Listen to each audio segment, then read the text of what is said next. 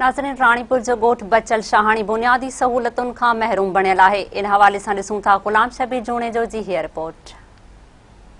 जीअं त नाज़रीन अवी ॾिसी रहिया आहियो त असीं मौजूदु आहियूं ॻोठ बचल शाहाणी में ऐं हिते जेको आहे बुनियादी सहूलतूं न आहिनि, जंहिंजे करे हितां जा रहवासी सरापाए एहतिजाज बणियल आहिनि। अचो त उन्हनि सां ॻाल्हि ॿोल कयूं था त उन्हनि जो वधीक छा चवणु आहे। अर्ज़ु कंदो हलां त हीउ तक़रीबन क़दीमी ॻोठ आहे। हिनखे तक़रीबन पीपल्स पार्टीअ जो सारा वोटर बि पीपल्स पार्टी तक़रीबन 150 घर आहिनि। असांजी ही MRDA जे शहीदनि जो ॻोठ आहे। हिते सरवर शहीद MRDA में जेको ज़िया दौर में MRD हली, उन्हनि में हिननि जो रतो शामिल आहे हिन ॻोठ जो। त हिन ॻोठ में तक़रीबन साईं अब्दुल क़ादिर शाह दौर में मस्जिद स्कूल ॾिनो वियो हो। उहो स्कूल बि हाणे बंदि थी चुको आहे, जंहिंखे 17 साल थी विया आहिनि। असांजा ॿार तक़रीबन दरपदर आहिनि, नियाणियूं बि नंढा ॿार बि, जेके असांखां तक़रीबन 2 किलोमीटर परे आहे गॾे जी शहर, उते ॿार वञनि था। काफ़ी चकर एक्सीडेंट थिया आहिनि, जानियूं ज़ाया थियूं आहिनि।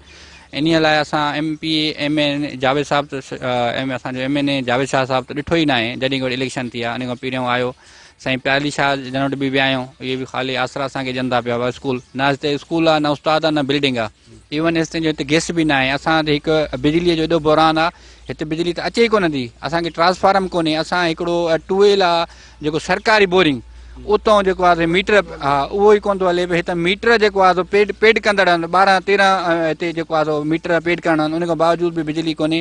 हर शहर महरूम लॻा पिया आहियूं।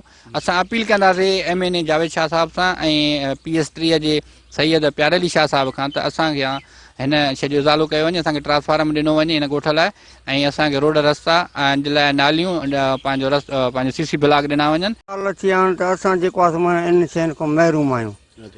न स्कूल जी पढ़ाई आहे, न असांखे का ॿी फैसिलिटी आहे। त असां जेको आहे तमामु ॾुखिया आहियूं। असांजा ॿार जेके आहिनि तमामु जेके आहिनि माना वञनि था त एक्सीडेंट था थियनि, बीमार था थियनि। गर्मी आहे, गर्मी जी सहूलियत न आहे।